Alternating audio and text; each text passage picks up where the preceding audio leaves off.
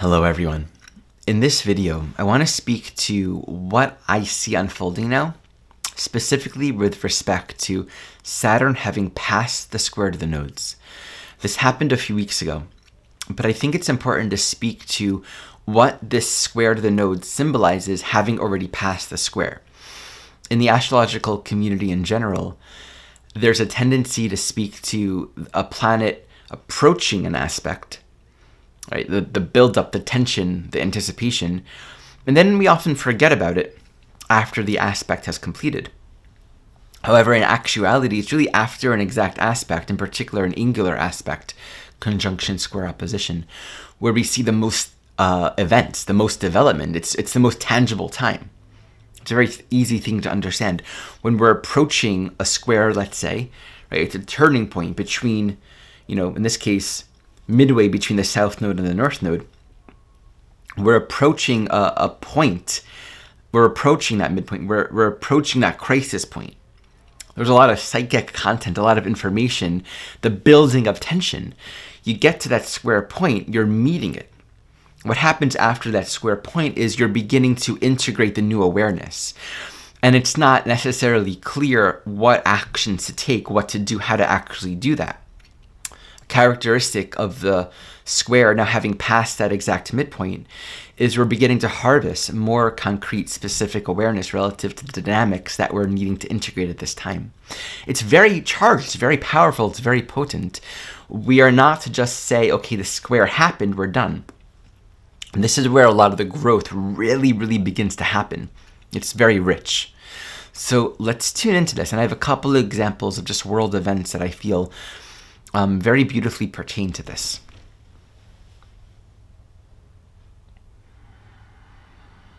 So let's come back to just an understanding of Saturn in Aquarius. The basic teaching here is we have rules, we have laws. Are they creating more space? Do they allow for a movement towards a conditioned reality of thriving, of healing? Is a structural reality that we're creating supportive to the evolution of our collective, to where we want to be? Or is it regressive? Is it repressing ourselves more? What's interesting with Saturn in Aquarius, we fundamentally can see we can say three, but let's keep it simple right now and keep it as two general groups, right? Or two general attitudes. Right, and this is something Jeffrey Wolf Green called the social dinosaurs. This is an Aquarius thing in general, and it's heightened with Saturn. Those who want to bring back progressively what they regard as progress relative to the standards of the past. Right, so we have in the United States, for example, the possibility of Roe versus Wade overturned, which was the Supreme Court ruling which made abortion illegal on a federal level. Right, there's the leak which says it's possible there's going to be an overturning of that in the current Supreme Court. That's a regression back to old standards, an old way of thinking. At that time, women didn't even have equal financial legal status in terms of, how they were treated as citizens in this country. This is in the 70s. This is 50 years ago. Right? We're wanting to overturn legislation that came at a time when women weren't even treated equally to men on a legislative level. So it's a significant statement in terms of regression, politically, socially, right? Our perspective of reality.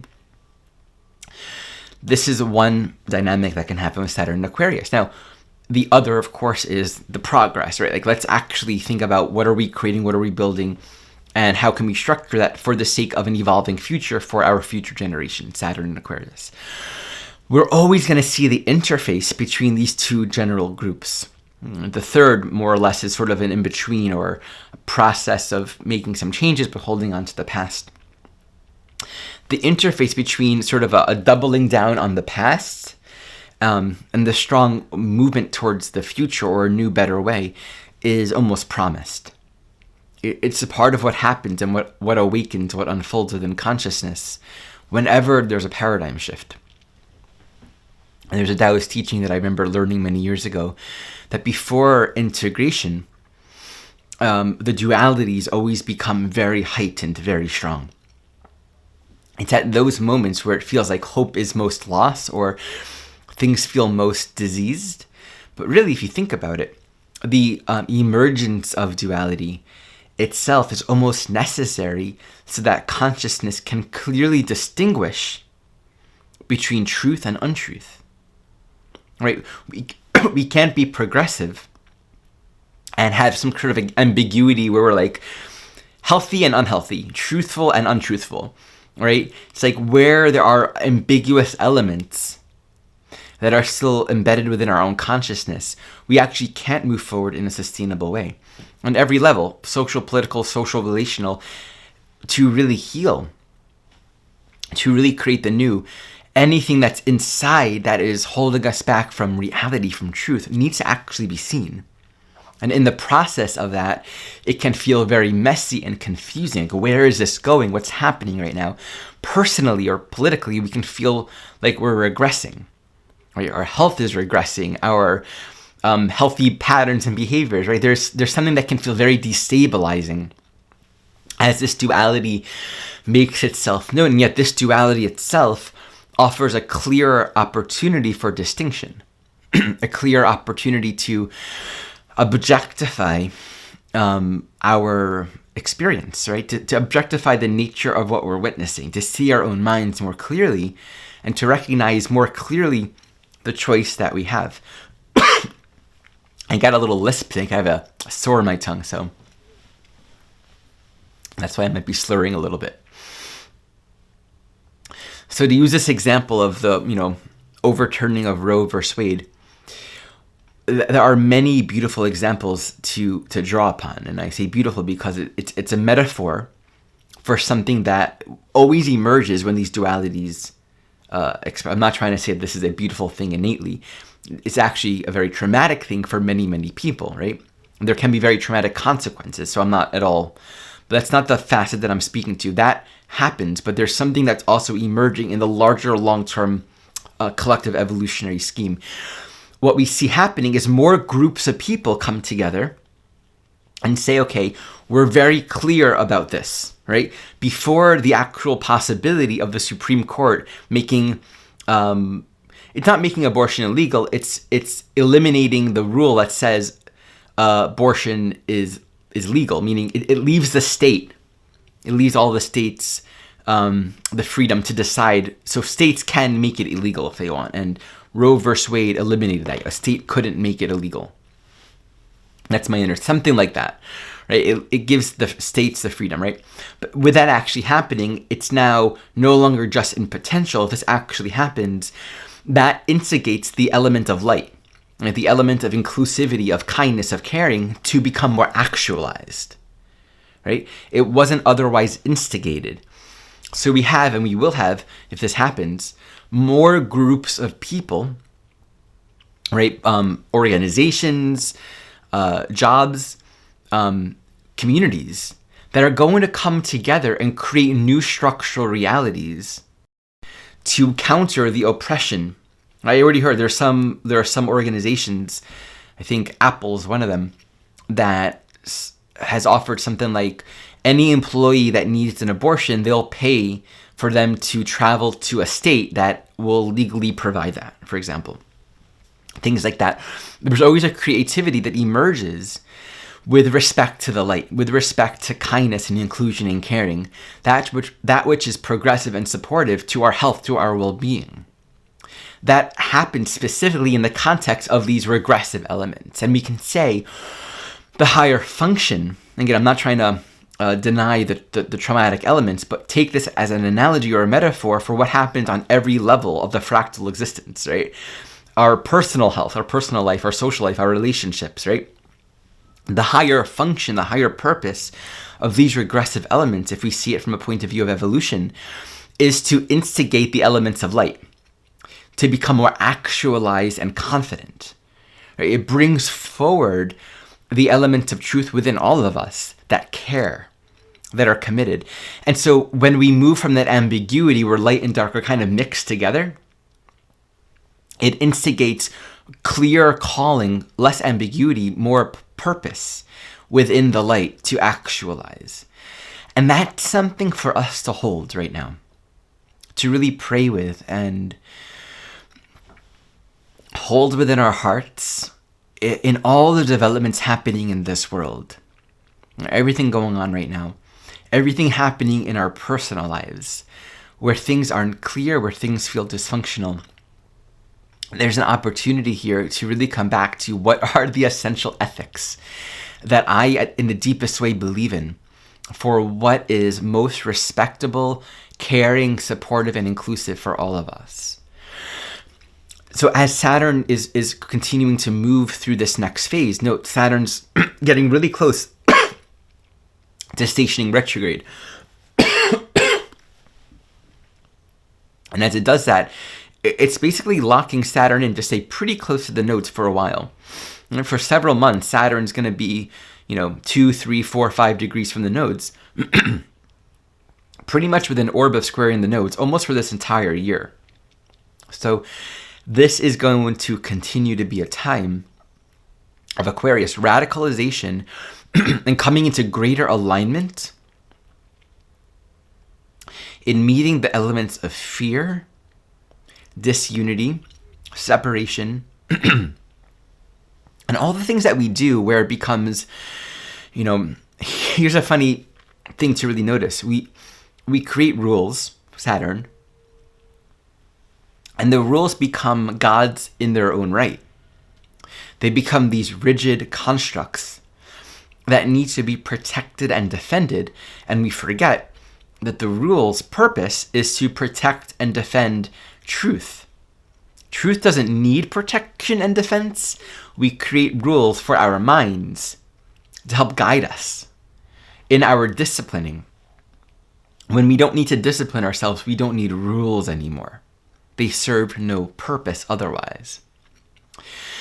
And so when the rules become their own ends, there's a rigidity that's created, and that rigidity represses. That rigidity actually creates an immense depression because it takes our infinite consciousness away from the point of all conditioning, the higher purpose of them, right?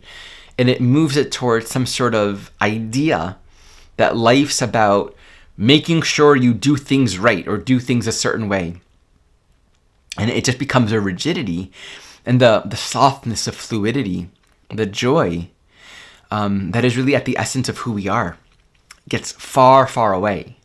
So it's a really great time to be looking at where that rigidity is in our life, where we find that in our own self, in our own thinking, where that's showing up in different areas of our life. Where does fear introduce itself?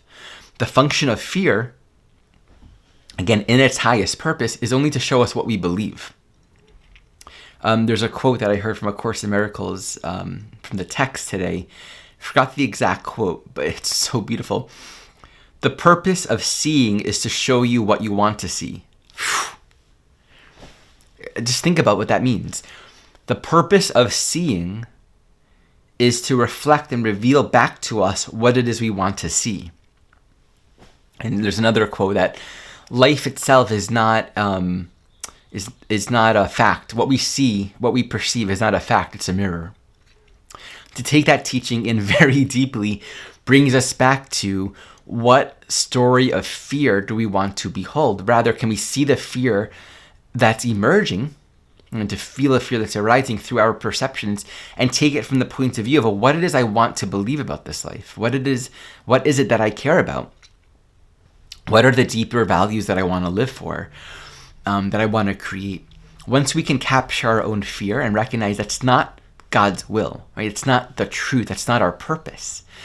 And we can then use it as an invitation to recognize where healing wants to happen in our own minds. It sets us on the path of using Saturn, conditioning, structure, discipline with respect to healing, right? I got to work on clarifying the elements of light. Clarifying the element of truth, of inclusivity, of caring, of love, of healing, of wholeness.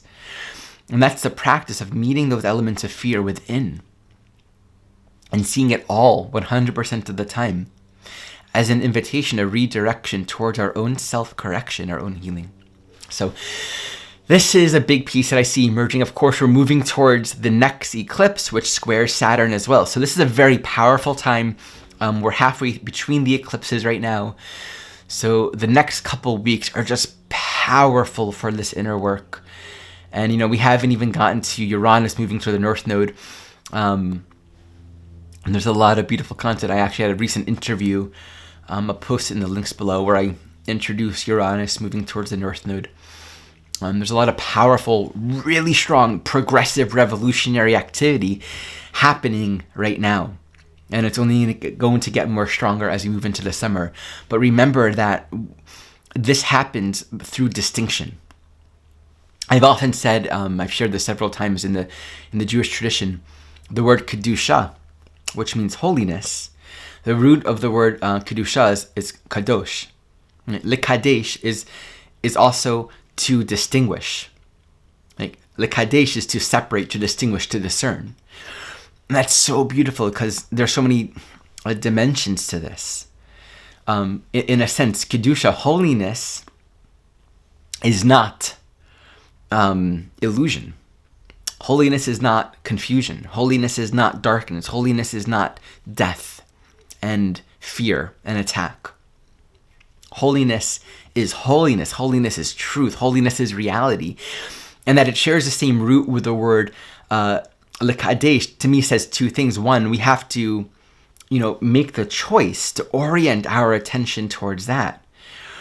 There's an active process there. There's a discernment. And it's also just, any moment can be anything. Right? The holiness is true, but if it's mixed in with illusion, we're not going to see it. We have to mekadesh. We have to discern between truth and untruth in order to see the truth. The untruth is unreal. Right? We don't have to put it anywhere. We just see it for what it is. And what's left is what is real, which was always there, but we can't see this when it's mixed in with our own confusion. So I just love that. So many beautiful teachings that come from the Hebrew tradition, from the ancient languages in general. So many words really just point to these essential understandings of truth, and I just love that. Okay, thank you all so much for watching. Oh, by the way, maybe I'll make a little video on this. I'm going to start holding these open, free gatherings. For now, I'm just calling them soul gatherings. I'm going to do them once a month. My first gathering will be next Saturday here in the US, the 14th. They're just a space to be together. I'm wanting to create more spaces where we can be together for prayer, for song, for discussion. Each meeting will have a different purpose. I can even bring some guest facilitators.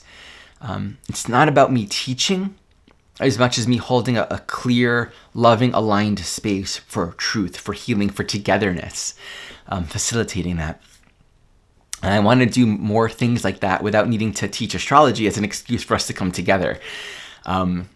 That's being discerning, mikadesh. I'm separating two different elements. There's the astrology teaching, which is also a way of being in relationship to truth and healing and community. And we can also do that without it having to necessarily be just about an astrology class. So this is an offering that I'm sharing with everyone, and stay tuned. I'll put a link in my website, down below on my website for that. It's free for everyone. Okay, much love to you all.